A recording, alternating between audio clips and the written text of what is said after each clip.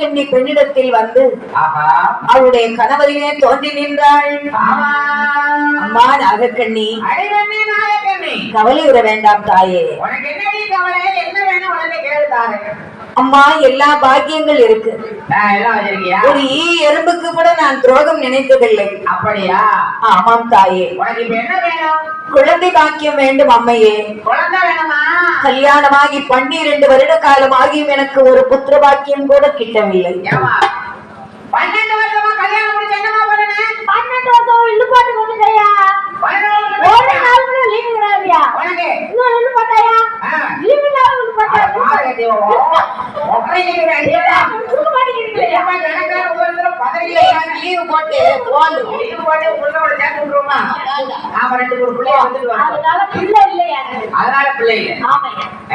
பாத்தியாடா தம்பி? வெள்ள பாட்டு பாட வந்துட்டாலாம்.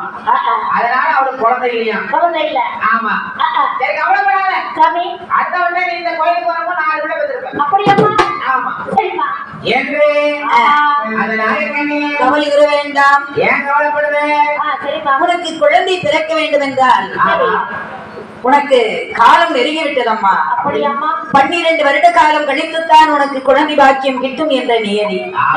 பூர்வீக புண்ணியத்தின் அப்படித்தான் இருக்கிறது. அப்படியா தேவி? நீ என்ன செய்ய வேண்டும் தெரியுமா? என்னமா செய்ய வேண்டும்? என் அண்ணாவாகிய மாயவனை வேண்டி தவம் இருக்க வேண்டும். சரி. பார்க்கடலில் பள்ளி கொண்டிருக்கின்ற பச்சைமால் அச்சுதனை வேண்டி தவம் இருந்தால் நிச்சயமாக உனக்கு குழந்தை கிட்டும். அப்படியே ஆகட்டும். என்னுடைய ஆசீர்வாதம் எனக்கு எப்பொழுது உனக்கு உண்டு. போயிட்டு வா. பார்க்கடலுக்கு போ. பார்க்கடல போய் தமையரு.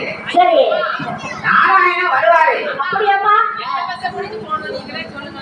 ஏற வரல. எந்த பச்சை பிடிச்சு நான் சொல்லவா? தேர்ந்து நீ பிடிச்சு போறதான தென்னாடி பச்சை பிடிச்சு சிவகாசி பார்த்து போடும்.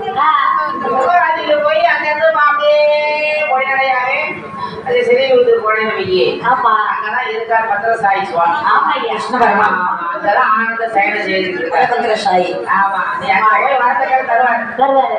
ஏன்று அந்த பகவானை தொழுது பெற்றுவா குழந்தை என்று அந்த வரம் வாங்கி வா என்று அனுப்பி வைத்தாள். ஆமா. நாகலோகம் தன்னை விட்டு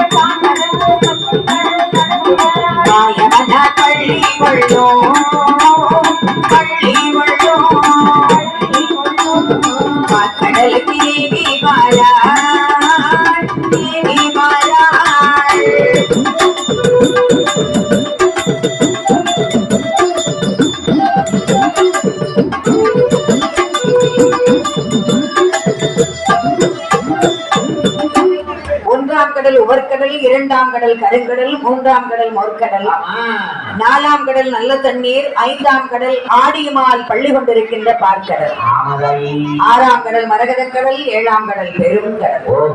இத்தரையில் சுழந்திருக்கும் சப்தா சமுத்திரங்கள் 7. அதிலே 5ஆம் கடல் ஆடியமால் பள்ளி கொண்டிருக்கின்ற பார்க்கடல் வந்தாள். பழுகிமணி பாறையிலே அமர்ந்தாள். நாகப்புற்று உண்டு பண்ணி நாகக்கண்ணி பெண்கொடியாள்.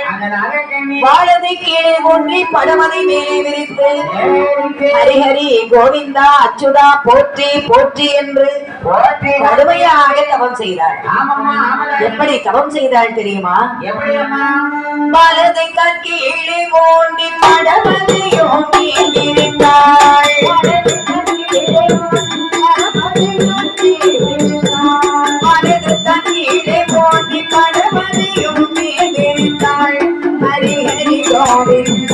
அச்சுதனே என்று சொல்லி தவமீருந்தாள். அந்த நாகக்கண்ணி தவமீருந்தாள். அந்த நாகக்கண்ணி தவமீருந்தாள்.